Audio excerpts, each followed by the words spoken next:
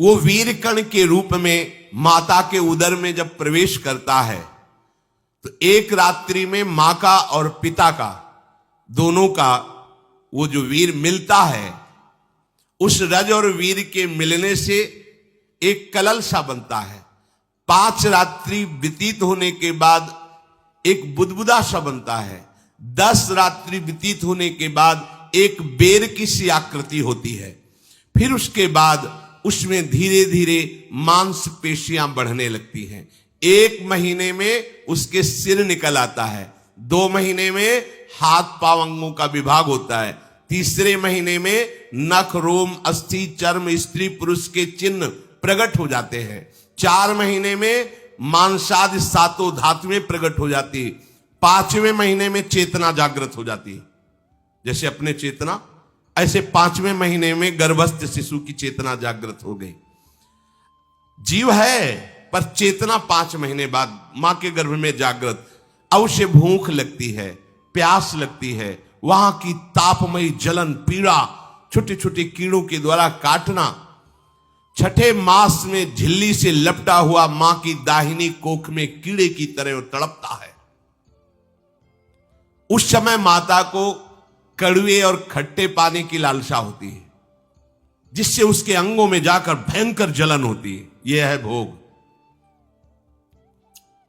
वो कृमि कीड़े की तरह तड़पता है। मलमूत्र के गड्ढे में बीच में झिल्ली में बंधा हुआ वो जीवात्मा सुकुमार तो होता है, वहां के कीड़े उसे नोचते छोटे छोटे, वो तड़पता है। माता प्रसन्न होती कि जब बच्चा हिलता है, बोले है उसकी दुर्गति हो रही, वहां भयंकर कष्ट पा रहा है। ऐसा क्लेश होता है कि क्षण क्षण में बेहोश होता रहता है। माता के खाए हुए कड़वे, तीखे, गरम, नमकीन, रूखे, खट्टे, यही पदार्थ पाने की इच्छा होती है माता, क्योंकि उसको भोग भोगना है। उसके कोमल शरीर में भयानक पीड़ा होती है जब माता ऐसे पदार्थ खाती है। गर्भाशय की झिल्ली में लिपटा हुआ, आंतों और मलमूत्र से घिरा हुआ सिर, पेट की और पीठ और गर्दन एक कुंडलाकार, ऐसे कंकण जैसा, ऐसी आकृति गर्भस्थ शिशु की होती है। पिंजड़े में बंद पक्षी के समान पराधीन, ना तो वो हिलडुल सकता है ना बोल सकता है। बड़ा असमर्थ दुख को भोग रहा है। चेतना पूरी है। इसी समय भगवान द्रवित होकर उसे ज्ञान देते हैं, गर्भस्थ शिशु को, सबको। जे उसे ज्ञान होता है तो सैकड़ों जन्म के कुकर्मों से याद आते हैं, सैकड़ों जन्म के। ओहो, ये मेरे कर्म का ही फल है, मैंने ऐसे कर्म किए इसलिए दुख भोग रहा हूं।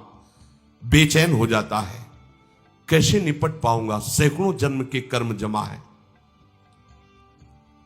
अब महान अशांति उसके हृदय में, उस शरीर में भयंकर पीड़ा। कुंडलाकार शरीर है, हिल भी नहीं सकता है, बस कीड़े काटते, बड़ी तड़पन, बड़ी जलन, भूख प्यास की जलन। अब एक और भयानक जलन हुई, उसे स्मरण हो जाता है कई जन्मों के, सैकड़ों जन्मों के पाप कर्मों का। 7वां महीना आरंभ हुआ कि ज्ञान का उन्मेष हो गया। अब प्रसूति वायु उसे चला रही है, तड़पता है वो। सप्त धातु में स्थूल शरीर से बंधा हुआ वो जीव भयभीत होकर के पुकारता है, अगर कोई भगवान है तो एक बार मुझे यहां से निकाल दे। वो विनय करता है भगवान से, कोई अगर भगवान है जिसने मुझे इस बंधन में डाला है, एक बार निकाल दे, यहां से जाके केवल भजन करूंगा। जीव कहता, जंतुरुवाच तस्योपशन्नमवितुम जगदिच्छयात् नाना तनोर्भुवि चलच्चरणारविंदम सोहम ब्रजामि शरणम रकुतो भयम में येने दृशी गतिरदर्श सतोनुरूपा। हे प्रभु, मैं बड़ा अधम हूं। ये ज्ञान भगवान की तरफ से गर्भस्थ शिशु को होता है। देखो स्वयं वो इतना कष्ट पा रहा है, फिर जब आप गर्भ हत्या करते हैं तो आपका पाप कितना बड़ा होगा सोचो। सब माताओं से विनय है, संयम से रहो, सावधान रहो। ये हत्या ऐसी नहीं कि तुम्हारे दान पुण्य से क्षमा हो जाएगी। ये जो भ्रूण हत्या है, गर्भ हत्या है, बहुत बड़ा पाप है। आप लोग अज्ञान के कारण इसको ध्यान नहीं देते, इसे खिलवाड़ समझते हो। कितना ज्ञान है। बेटी ही मां है, बेटी ही बहन है, बेटी ही पत्नी बनती है, बेटी ही किसी के जीवन को धारण करने वाली बनती है। और आपने गर्भ में देख लिया बेटी है, तुम स्वयं मां होकर उसका साथ दे रहे हो, उसका नष्ट करने के लिए। तुम्हारी तो बात ही समझ में नहीं आती, क्या बुद्धि भ्रष्ट हो गई। अगर पुरुष का इतना महत्व है तो बेटियां ना हो तो तुम्हारी कौन सी गति होगी, सोचो जरा। जीना मुश्किल हो जाएगा तुम्हारा। तुम पुरुष किस काम के रह जाओगे। तुम्हारा अर्धांग काट दिया जाए तो तुम कैसे होगे। ये स्त्री स्वरूप अर्धांग है। जिस घर में एक मां बहन नहीं है, स्त्री स्वरूप नहीं, श्मशान जैसा वो होता है। ध्यान दीजिए, ये बहुत बड़ी गलती है जो अपनी बेटियों की हत्या करते हैं। ये वो पाप है जो अक्षम्य अपराध है। स्त्री हत्या करना शास्त्रों में बहुत बड़ा पाप कहा गया है। फिर वो तो बच्चा है, बिल्कुल नहीं। जिनसे हो गया है, श्रीमद् भागवत का सप्ताह मूल संस्कृत से सुनो और भगवान से प्रायश्चित प्रार्थना करो कि हे नाथ, भूल से गलती हो गई, दूसरा कोई उपाय नहीं। ध्यान से समझ लीजिए, तुम्हारे भ्रूण हत्या गर्भ हत्या के पाप को नष्ट करने में एकमात्र श्रीमद् भागवत समर्थ है, दूसरा कोई नहीं। कोई दान पुण्य तीर्थ स्नान तुम्हें क्षमा नहीं कर पाएगा। यह ऐसा महापाप है।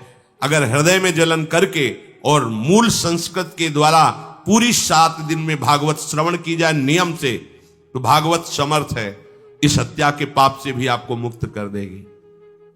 जिनके ऐसे हत्या हो गई हो करवा लो, नहीं तो बुद्धि आगे भ्रष्ट करके तुम्हें हरि गुरु से विमुख कर देगा। ये पाप ऐसा नहीं कि तुम्हें 2-4 माला घुमाने से क्षमा हो जाएगा। ये महत अपराध है।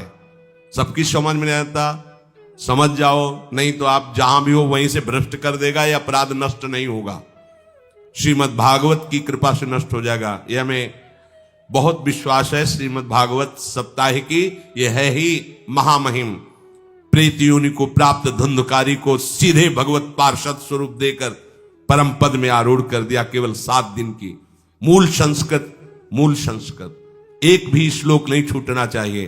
अगर सप्ताहिकी का पारायण हो तो इस भ्रूण हत्या गर्भ हत्या से भी निवृत्ति मिल जाए। अब वो जीव भगवान को पुकारता है, मैं बड़ा नीच अधम हूं। आहा, भगवान आपने जो मुझे गति दिखाई है तो मेरे कर्म के अनुसार ही है, आपका इसमें कोई दोष नहीं। हम लोग जब कष्ट भोगते तो भगवान से कहते हैं हमने तुम्हारा क्या बिगाड़ा। भगवान ने नहीं बिगाड़ा, तू खुद देख क्या बिगाड़ लिया अपना। करो पापाचरण। अब देखो, हमने तो जीवन में कोई पाप नहीं किया और कितने गर्भ हत्या की है, कितनी खिलवाड़ समझे हो। ये बिल्कुल भयावह चीज है, आप लोगों को नहीं। हम बार बार इसीलिए कह रहे कि भयावह वस्तु है, तुम्हें बहुत ऊंचाई से घसीट के भ्रष्ट कर देगी। बहुत होश में हो, भूल के कभी ऐसा न करना जहां तक हमारी आवाज पहुंचे, जहां तक सुनाई दे। गर्भ हत्या मत करना, संयम से रहो। इस तरह का व्यवहार मत करो कि तुम्हारा मनुष्य जन्म ही व्यर्थ चला जाए। इसमें तीनों को बराबर दंड मिलेगा, गर्भ हत्या कराने वाला, गर्भ हत्या की प्रेरणा देने वाला और गर्भ हत्या में सहयोग देने वाला। जो औषधि डॉक्टर या जो भी, तीनों को दुर्गति होगी। माता पिता प्रेरक और कर्ता। ऐसा नहीं कि आप डॉक्टर हो तो आपको गर्भ हत्या करने का अधिकार नहीं। आप डॉक्टर हो दूसरे के शरीर को स्वस्थ करके निरोग करने के लिए, हत्या करने के लिए नहीं। कोई भी हमारा संविधान ऐसा आदेश नहीं करता कि आप गर्भ हत्या कर दो। ना भागवतिक और ना भारतीय संविधान ऐसा संविधान आदेश नहीं करता। अब वो जीव कह रहा है कि प्रभु मेरे योग्य ही है, आपने जो मुझे दंड दिया है। मैंने सुना है कि आपकी शरण में जो आता है आप उसकी रक्षा कर लेते हैं। आपकी जो शरण में हो जाता है वो इस भूमि पर, भारत भूमि पर, विश्व पर निर्भय विचरण करता है, कोई उसे भय नहीं प्रदान कर सकता। प्रभु, मैं इस माता के उदर में माया का रहस्य न जानने के कारण ऐसे कर्म किए कि मैं आ गया हूं, बहुत दुख पा रहा हूं।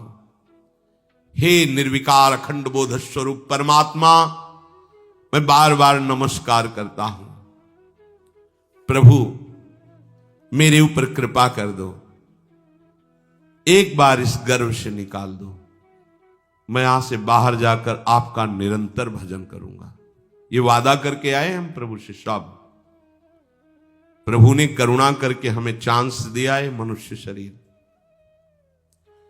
प्रभु, मैं बहुत जन्मों से इस समय स्मृति आ रही देख रहा हूं, कर्मों में भटकता रहा आपसे विमुख होकर के। ये जो मुझे अभी ज्ञान हो रहा है केवल आपकी कृपा से तत्कालिक है, तत्कालिक। एक तत्कालिक वैराग्य होता है, जैसे कथा सुनियो मन में आया कि अब तो भजन ही करना है, ये तत्कालिक है, स्थायी नहीं है। इसे स्थायी बनाओ। प्रभु, आप अंतर्यामी हो, आप सब कुछ जान रहे हो। तीनों तापों की शांति के लिए भक्तजन आपका भजन करते हैं। मैं देहधारी होकर जीव माता के उदर में मलमूत्र से रुधिर की झिल्ली में फंसा हुआ माता की जठराग्नि के ताप से जल रहा हूं। प्रभु, एक एक क्षण में यहां विकल होकर केवल इंतजार कर रहा हूं कि किस समय मुझे यहां से निकाला जाएगा। दीन बंधु, यहां से कब मैं निकलूंगा। स्वामिन, आप बड़े दयालु हो। आप जैसे उदार प्रभु ने मुझ गर्भस्थ शिशु को ये ज्ञान दिया। हे दीन बंधु, आप अपनी कृपा से प्रसन्न हो जाइए। प्रभु, एक बार निकाल दीजिए। मैं ऐसा भजन करूंगा कि दोबारा संसार के दुख में नहीं आऊंगा। कपिल भगवान कहते हैं, हे माता, वो गर्भस्थ बालक शिशु भगवान से प्रार्थना करता है, भगवान का आदेश होता है, तत्काल प्रसव वायु धक्का मारती है। जे ही प्रसव वायु धक्का मारती तो उसको ऐसा भयंकर कष्ट होता है, जैसा पीछे लिखा है कि जैसे जिंदा किसी की चमड़ी उतारी जाए, ऐसा मां के गर्भ से निकलते समय उसे कष्ट होता है। वो अत्यंत कष्ट से व्याकुल होता है। उसी समय उसका वो ज्ञान नष्ट हो जाता है जो भगवान ने दिया था। उस समय उसकी श्वास की गति रुक जाती, जैसे किसी का गला दबा दिया जाए तो कैसा लगेगा। ऐसी ही पूरी की पूरी भागवती की स्मृति नष्ट हो गई। होश आया तब देखा कि वो बाहर पड़ा हुआ है, माता के उस मलमूत्र में सना हुआ बिष्ठे की कीड़े की तरह। गर्भवास में जो दिव्य ज्ञान प्रकट हुआ था भगवान की कृपा से, वो सब नष्ट हो गया। भूमि परत भा ढाबर पानी, तिम जीवे माया लपटानी। चेतन आई तो रोने लगा। वो ज्ञान कहां गया, वो ज्ञानदाता कहां गया। वो कहता कहां कहां, बोले थाली बजाओ, बच्चा हुआ है। और वो तो रो रहा है कि कहां, वो ज्ञान कहां गया जिसके बल से मैं कह रहा था कि बाहर निकाल दो, मैं आपका भजन करूंगा। सब खत्म ज्ञान। जो लोग उसका अभिप्राय नहीं समझते, वो उत्सव मनाते हैं, बालक हुआ है, वो रो रहा है, वो कहां गया ज्ञान, कहां कहां कहां। छोटा बालक यही रोक कहता कहां। अभी जो ज्ञान उत्पन्न हुआ था, जो अभी भगवान का बोध हुआ था, वो कहां गया, कहां गया। घर परिवार के लोग उसका पालन पोषण करते रहते हैं, उसमें कोई निषेध करने की शक्ति नहीं हो रही। मच्छर काट रहा है, दुख हो रहा है, हटा नहीं सकता बालक। उस जीव को शिशु अवस्था में जब कपड़ों पे लिपेट कर ऐसे लिटाया जाता है तो इतना कोमल त्वचा होती कि कपड़े भी उसको, जैसे खुजलाहट है, पीड़ा है या जलन है, बिल्कुल कोमल त्वचा होती, कुछ नहीं कर सकता हो, बस रो सकता है। ना खुजलाने की, ना करवट बदलने की, ना उठने की कोई सामर्थ्य नहीं। बड़ा कष्ट पाता है बाल्यावस्था में, क्योंकि त्वचा बड़ी कोमल होती, दास मच्छर आदि जीव उसको काटते हैं। गर्भावस्था का कोई ज्ञान नहीं रहा, सिर्फ रोना ही रोना रह रहा था। इस प्रकार उसकी बाल्यावस्था कटी, कौमार अवस्था आई, पौगंड अवस्था, इनमें वो खिलवाड़ में फंस गया। जैसे जैसे बड़ा होता जाता, चेतना, गुनगुना, ये कार, ये प्लास्टिक के ऐसे उनमें मगन है। देखो ना छोटे बच्चों को, अज्ञानवश इसकी ये अवस्था कट गई। बड़े भाग्यशाली ऐसे भी बच्चे हैं जो तुतला के बोलते, उनकी मैया कहती राधा बोलो, राधा। देखो ये सौभाग्य, प्रणाम है उन माताओं को जो अपने बच्चों को भगवान नाम बुलाती हैं कि आप बोलो, श्री हरिवंश बोलो, राधे राधे बोलो। धीरे धीरे उसकी युवावस्था पहुंची। इस समय उसके अंदर एक भूत सवार होता है। जवानी का भूत है, ये सबके सवार होता है। अगर मंत्र चल रहा है तो भूत नहीं चढ़ेगा, नाम चल रहा है तो भूत नहीं चढ़ेगा, नहीं तो भूत चढ़ जाता है। ये कुछ भी करवा सकता है भूत, भूत ही तो है ना। वैसे ही पंचभूत लिपट गए, ये ऊपर से जवानी का और भूत सवार हुआ तो जौवन ज्वर के ही नहीं बलकावा। जवानी में कोई भी ऐसा अपराध नहीं जो हो ना जाए। बड़ा भयानक इसमें स्वरूप होता है। इसमें केवल भोग, केवल भोग, एक ही दृष्टि रहती है, भोग भोगना। अज्ञानवश जब भोगों की प्राप्ति में बाधा पड़ती तो भयंकर वो क्रोध करता है, शोकाकुल होकर हिंसा कर बैठता है। जैसी घटनाएं सुनने को मिलती हैं, राक्षसी घटनाएं, ये भूत है जवानी का। जहां कामना में बाधा पहुंची, क्रोध, क्रोध में वो समझ नहीं पाता कि मेरे जैसा ही प्रिय शरीर उसका है जो मैं वर्ताव कर रहा हूं। सदेहेन मानेन वर्धमानेन मन्युना करोति विग्रहम कामी कामेष्वंताय चात्मनः। जैसे जैसे देह बढ़ता जाता है, पुष्ट होता जाता है, वैसे वैसे भोग वासना और अभिमान बढ़ता जाता है। वो काम परवश होकर अपना नाश करना शुरू कर देता है। यौवन, वो फिर खोटी बुद्धि वाला वैसे ही पाप करने लगता है जिन पापों के कारण उसकी दुर्गति हुई थी, नरक आदि की, और मां के गर्भ में आया था।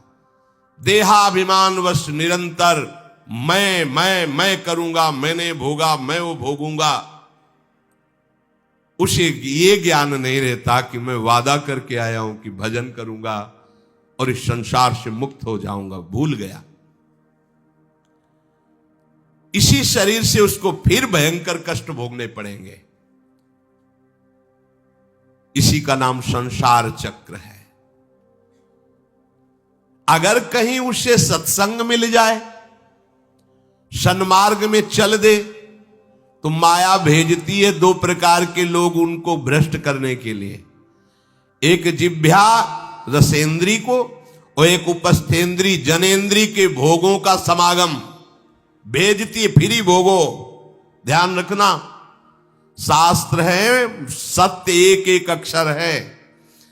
जब किसी को सत्संग मिल जाता है तो सत्संग का प्रभाव होता है भगवत मार्ग में रुचि पैदा करना, प्रभु अच्छे लगना, प्रभु का नाम जप करना, सत्य मार्ग में चलना। जब तुम सतमार्ग में चलोगे तो दो प्रकार के लोग भेजे जाएंगे। बढ़िया हलवा, बढ़िया खीर, रबड़ी, लो प्रभु, पाओ, आरोगो, रसेंद्री, और फिर जनेंद्री। फ्री, कोई परेशानी नहीं, भोगिए आप। फिर वो ऐसे विषयी पुरुषों का संग करके वैसे ही पहले की तरह फिर पाप करने लगता है। बहुत होश में, बहुत होश में। इनको ऐसे लोगों का संग कराया जाता है जिससे सत्य, शौच, पवित्रता, दया, संयम, लज्जा, क्षमा, यश, मन इंद्री का संयम, ये सब सद्गुण नष्ट हो जाएं, ऐसे लोगों का संग कराया जाता है। ऐसे लोग बहुत हैं। वो आपको पैसा खर्चा करके वो आपको भोग दिलाएंगे। भोगो भैया, आप इनके लिए नहीं भगवत मार्ग में आए हो, आप प्रभु की प्राप्ति के लिए आए हो। बचो, सावधान हो। ये देखो शास्त्र कह रहा है, रसेंद्री और जनेंद्री दो की सुविधा देने वाले लोग मिल जाएंगे। अत्यंत सोचनीय मूढ़ देहात्मदर्शी ऐसे असत पुरुषों का संग करके भ्रष्ट हो जाता है। अच्छा, वो आग लगा दिए, वो चल दिए, फिर नहीं देंगे। कुछ लोग ऐसे होते हैं, ये 10 दिन अपने पैसे से आपको नशा करवाएंगे, फिर इसके बाद तुम्हें उनके पैरों में गिरना पड़ेगा, फिर मांगने से भी नहीं देंगे, पहले फिर ही देंगे। आदत बिगड़ गई। ऐसे लोग मिलेंगे, मुस्कुराएंगे, हंसेंगे, आपको गले लगाएंगे, आपको लगेगा जीवन का सार मिल गया, फिर इसके बाद जूते चलाएंगे, गली में नहीं देखने देंगे। अब तुम्हारी वृत्ति बिगड़ गई, तुम उधर ही ताको, होश में होश में। इस जीव को किसी और के संग से ऐसा बंधन, ऐसा मोह नहीं होता जैसा कामिनियों के संग से होता है। भगवान कपिल देव जी कह रहे हैं, न तथास्य भवेन्मोहो बंधश्चान्य प्रसंगतः योषित संज्ञात यथा पुरुषो यथा तत्संग संगता। कामी पुरुषों का, कामिनियों का संग जैसा परमार्थ भ्रष्ट करता है, वैसा और किसी से नहीं हो सकता। इसलिए तुम इतना अपने को मत साधक समझ लो कि हमारा कौन बिगाड़ सकता है। उदाहरण में दे रहे हैं, प्रजापति स्वाम दुहितरम दृष्ट्वा तद्रूप धर्षितः रोहित भूताम शोनवधा वृक्ष रूपी हतत्रपहा। स्वयं प्रजापति भगवान ब्रह्मा जी ने अपनी पुत्री को जब देखा, प्रसंग आता है, सरस्वती जी, बहुत सुंदर सरस्वती जी है, तो अपने को संभाल न सके। उनके रूप लावण्य और यौवन के स्वरूप को देखकर भगवान ब्रह्मा जी आकर्षित हो गए। इसलिए दूसरों की तो बात ही क्या है, हम सब ब्रह्मा के ही बनाए हुए हैं, वो आकर्षित हो गए। इसलिए बलम में पश्चिमाया स्त्री मैया जैनो दिशाम या करोति पदाक्रांतान भूर्विजंभेण केवलम। हे माता, मेरी माया का बल देखो, जो अपने पैरों से विश्व को कुचल सकते हैं, ऐसे दिग्विजयों को अपने पैरों के नीचे कुचल दे, वो मेरी माया है। देखो, बलम में पश्चिमाया स्त्री मैया जैनो दिशाम, जो 10 दिशाओं पर विजय प्राप्त कर सकते, उनको भी घुटने टिकवा दे, ये मेरी माया है। संगम न कुर्यात् प्रमदा सुजातु योगस्य पारम परमारुरुक्षु मत्सेवया प्रतिलब्धात्म लाभो वदंति या निरय द्वारमस्य। श्री भगवान कह रहे हैं, अहो मेरी इस माया का बल देखो। इसलिए जो मेरे को प्राप्त करना चाहता है, योगारूढ़ होना चाहता है, भजन में आगे उन्नति चाहता है, उसे चाहिए जो तुम्हें भ्रष्ट करने के लिए इशारे करे, चाहे स्त्री हो चाहे पुरुष। तजिए ताहि कोटि बैरिशम यद्यप परम सने, वो मित्र नहीं, वो माया के द्वारा भेजा हुआ दूत है। चाहे कोई भी हो, होश में तुम समझते हो कि बाजी जीत गए, भाग्य खुल गए, तरस रहे थे भोगों के लिए, मिल गए भोग। अरे नारकी गतियों से बचने के लिए तुम्हें अवसर मिला था, फिर नरक जा रहे हो। तुम समझते हो कि इसको भोग ले तो सुखी हो जाए, उसको जो भोग रहा है वो समझता है उसको भोग ले तो सुखी हो, उसको वो पूरी सृष्टि इसी भ्रम में फंसी हुई है। होश में हो जाओ। जो परम पद चाहता है, भजन करना चाहता है, ठीक से मार्ग में चलना चाहता है, उसे शब्द भगवान के याद कर लेने चाहिए। चाहे वो स्त्री हो चाहे पुरुष, जो तुम्हें गंदी बातें सिखाए, गंदी बातें दिखाए, गंदी बातें करने के लिए प्रोत्साहन दे, जाके संग कुमति मति उपजय करत भजन में भंग तजोरे मन हरि विमुखन को संग।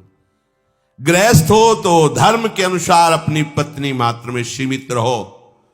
ये उद्दंडता तुम्हारा नाश कर देगी। ये जो आज नई रीतियां चल रही हैं, ये भगवान ब्रह्मा जी ने अपने पुत्रों को बुलाया। चारों युग ये पुत्र हैं भगवान ब्रह्मा के। सतयुग, त्रेता, द्वापर, कलयुग। सतयुग से कहा भाई हमने रचा है नरक, तुम्हारा स्वभाव सत्य में स्थित होना है, इसलिए हमारी आज्ञा का पालन करो कि नरक खाली भी नहीं रहना चाहिए।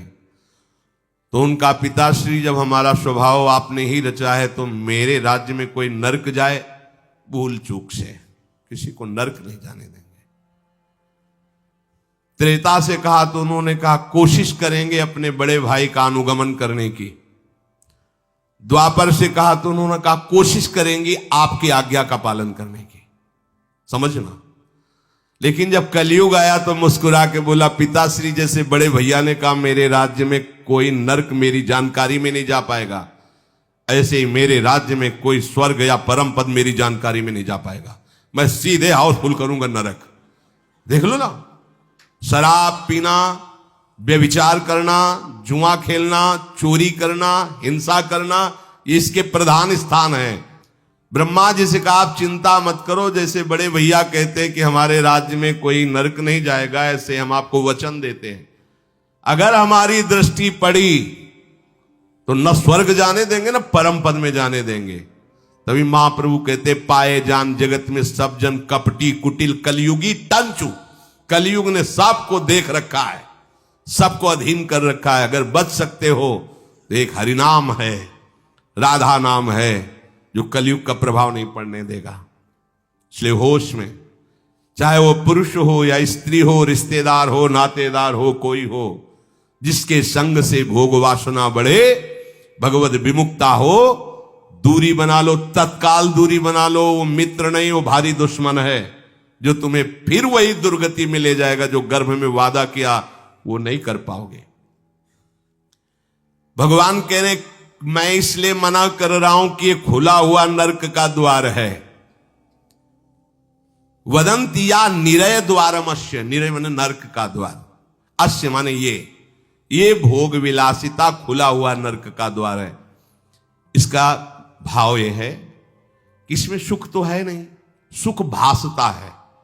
भासना और है में अंतर है।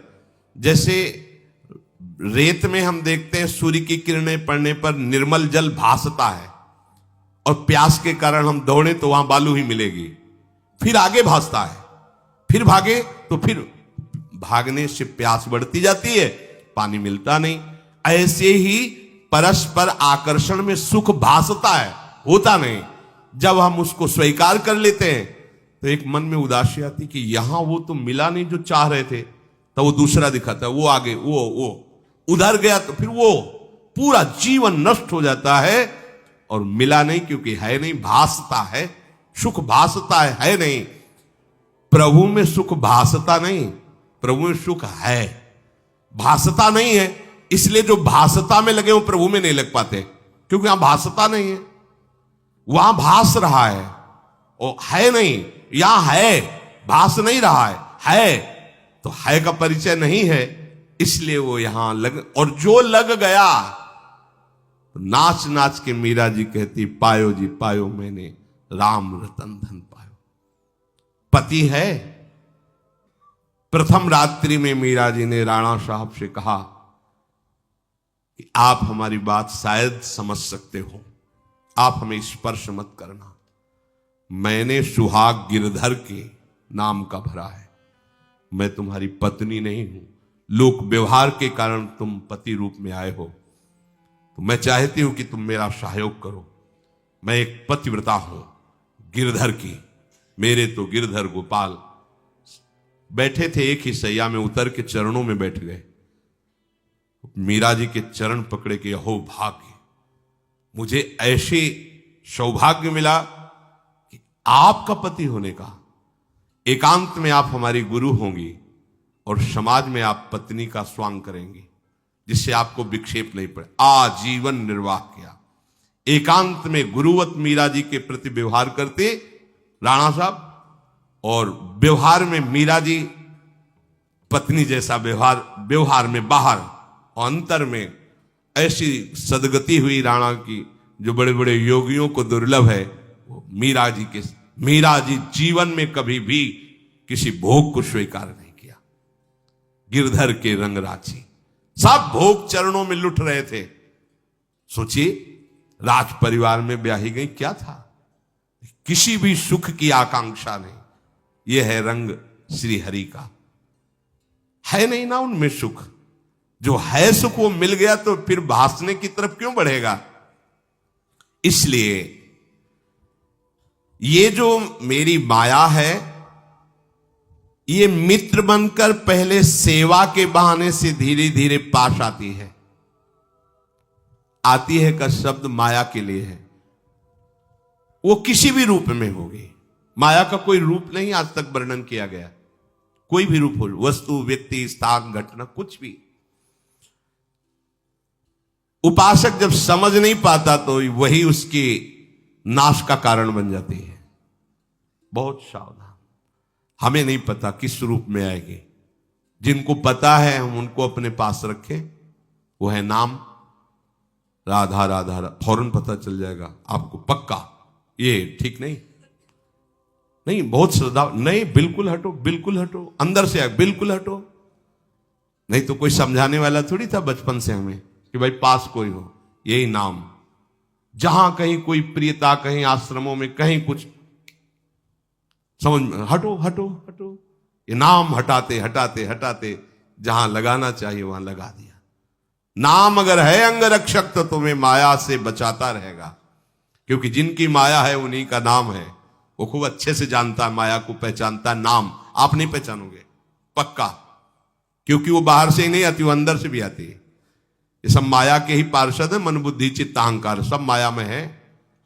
नाम चलेगा तो अंदर और बाहर दोनों जगह सुरक्षित रखेगा। पकड़ लीजिए।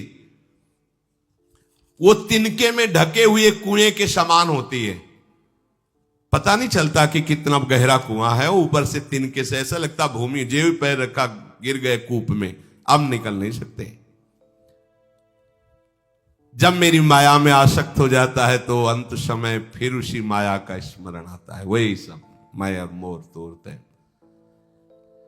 अब वो फिर उसी चिंता से फिर वही फंस गया, फिर वही दुर्गति प्रारंभ। तो हे माता, जो हरि से विमुख हैं उनका ये चक्र चलता रहता है। पुनरपि जननम पुनरपि मरणम पुनरपि जननी जठरे शयनम। इसलिए मुमुक्षु उपासक को चाहिए कि ना कोई भय स्वीकार करो, डरो मत माया से। देखो भगवान के वचन, ना किसी के सामने दीन हो। भक्ति की दैन्यता अलग है, विषयों की दीनता नहीं। ये साधु में कभी नहीं हमने देखा, किसी भी साधु में ये नहीं। साधु है ये नहीं होगा जब मर जाए पक्का। और साधुता नहीं है तो फिर इतना ही है, फिर और रही क्या गया है। फिर साधुता में ये तो नहीं होता पक्का। हम कहते हैं बहुत हजारों संतों से मिले, ये नहीं होता। अरे रिद्धियां सिद्धियां मारी घूमती पीछे, वो हाथ फैलाएंगे। हाँ, आचार्य आदेश के कारण रोटी मांगते हुए बड़े बड़े सिद्धों को देखा गया है। टुकड़े रोटी के मांगने, आचार्यों का आदेश है।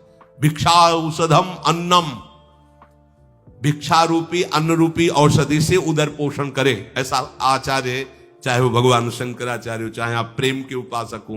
भूख लगेगो मांग खाऊंगो, गिनो न सांझ सवेरो, ब्रजवाक्षन के जूठ टूक और घर घर छाछ महेरो, ऐसो कब करी हो। बस साधु 30 मिनट के लिए केवल भिक्षुक बनता है और 23.5 घंटा के लिए बादशाह रहता है। मिले तो ना मिले तो बस भिक्षा बादशाह। जाय न चाहे कबो कुछ तुम सन सहज सने, बसो निरंतर तासुर सुर और निजगे। साक्षात भगवान हृदय में खेलते रहते हैं। दीनता नहीं होनी चाहिए। ये भागवतिक दैन्यता अलग है। ये दलिद्रता रूपी दीनता नहीं होनी चाहिए कि ठंडी लग रही कपड़ा दे दो, देखो हमें तीर्थ यात्रा करनी पैसा दे दो, हमें यज्ञ कर। कौन सी यज्ञ करनी तुम्हें? कौन सी यज्ञ? श्वासों को बोलो राधा राधा राधा, एक एक श्वास की आहुति, इससे बड़ी कोई यज्ञ होगी? पूरा जीवन समर्पित, इससे बड़ा कोई तीर्थ होगा? अरे जहां चरण रख दे वहां तीर्थ प्रकट हो जाए, ऐसी भक्ति की महिमा होती। तीर्थ ही कुर्वन्ति तीर्थानि। ये दीनता नहीं होती साधुओं में, पाखंड में होती। दीनता साधुता में नहीं होती। इस विषय की ये दे दो बाबूजी। अरे धिक्कार है, धिक्कार है। कहा वह मोर दासा करे तुच्छ नरन के आशा, तो कहो कहां रहा विश्वासा। जिसने बिना किसी सहयोग के 1 सेकंड में अनंत ब्रह्मांडों को रच दिया, वो हमारे स्वामी है। इसके बाद तुम ऐसे मांगते घूमो, कहां दासता रही। भय, जिसके भय से मृत्यु भी भयभीत होकर काम कर रही, जिसके भय से सूर्य चंद्र प्रकाशित हो रहे, जिसके भय से पृथ्वी जल में नहीं डूब रही, वो हमारा स्वामी है। फिर हमें भय किससे? मोह, चराचर जगत मेरे प्रभु का अंश, बस इस बात से प्रीति है। कोई शारीरिक संबंध से नहीं, माता पिता भाई बंधु नहीं, हमारा संबंध नाते नेह राम के मनियत सुरत सुदेव। जहां लो जितने भी संबंध है, केवल आराध्य देव के संबंध से। बस निसंग भाव से वो फिर भगवत प्राप्त हो जाता है। ये सावधानी रखनी।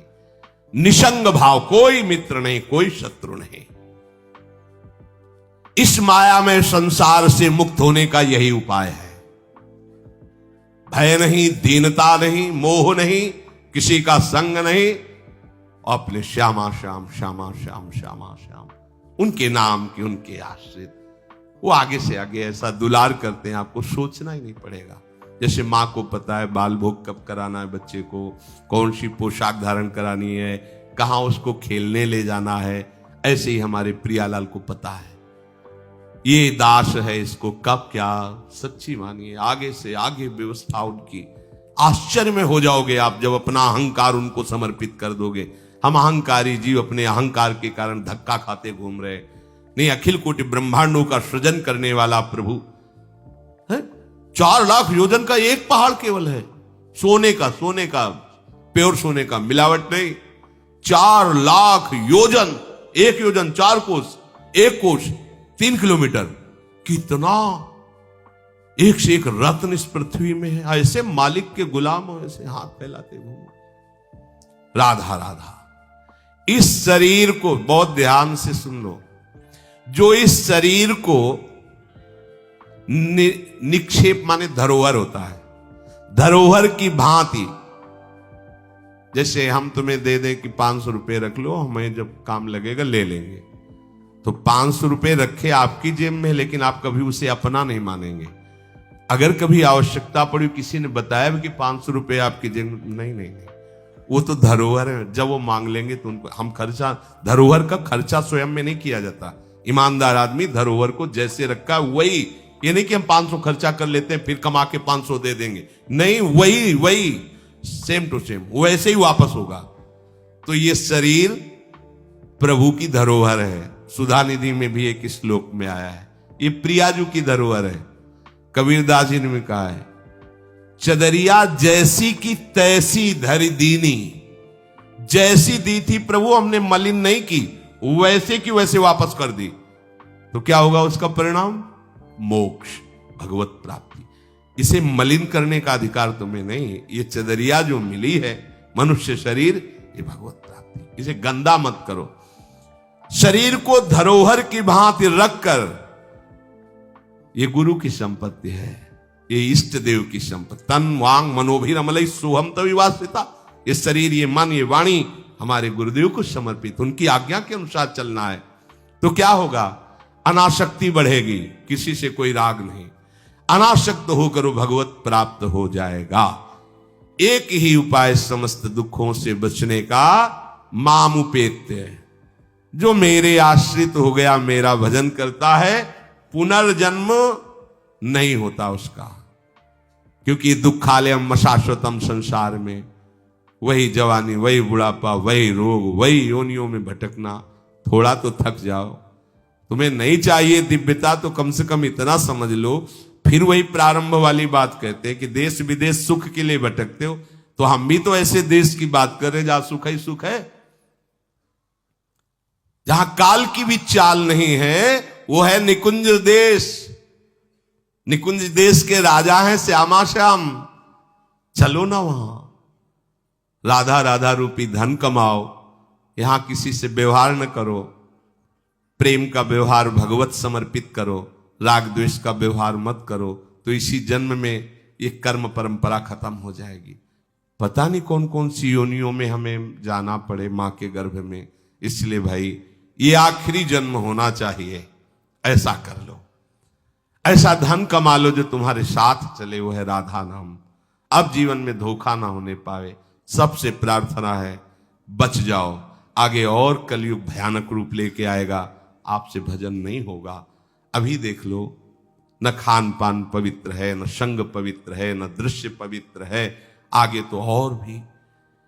ये ऐसा समय पैदा करेगा कलयुग कि कोई राम कृष्ण हरि नाम सुनाई नहीं देगा। भा भ्रष्टाचारा सब संसारा धर्म सुने नहीं, कहीं स्वाहा स्वधा तो खत्म होता जा रहा है। देख लो, पहले यज्ञों की भरमार होती थी, कहां यज्ञ हो रहे हैं। ऐसे ही अभी सत्संग सुनने को मिल रहा है, कितने जगह सत्संग होता है, भगवत प्राप्ति का कितनी जगह सत्संग होता है, खोज लो आप पूरे भारत में। कितनी जगह शुद्ध शास्त्र सम्मत भगवत मार्ग की बात मिलेगी। कितने नाम जापक रह गए हैं। वास्तविक आगे चल करके आपको सपोर्ट ही नहीं मिलेगा भक्ति का।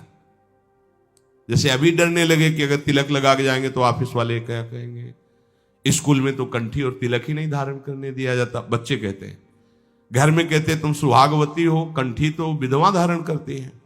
कैसा दुर्बुद्धि घर वाले। और ठाकुर सेवा ये तो विधवाओं का काम होगा। सच्ची सौभाग्यवती वही है जिसने ठाकुर सेवा स्वीकार कर ली। सच्चा मंगल सूत्र कंठी ही है जिसने हरि का पहन लिया। कैसी मंद बुद्धि है लोगों की। ऐसी मतलब सौभाग्यवती भी कंठी पहन सकती है, तो हमें लगता है इससे बड़ा दुर्भाग्य क्या होगा, हम इसे सौभाग्य मानेंगे। राम हरि कृष्ण बोल न पावे, कंठी न धारण करे, रज न धारण करे और उसे सौभाग्यवती, तो कौन सा सौभाग्य। मरण धर्मापति, कुछ दिन में वो भी मरेगा, फिर बनना क्या बनना। न भजन लायक रह जाओगे, न संसार लायक रह जाओगे। प्रार्थना मान लो, थोड़ा कड़ुआ लगेगा लेकिन बहुत मीठा है परिणाम इसका। यत् अग्रे विस्मयो परिणामे अमृतोपमम। जिसमें शुरुआत विष जैसी लगे उसका परिणाम अमृत में होता है। खूब भजन करो और इसी जन्म में श्री जी को प्राप्त करो।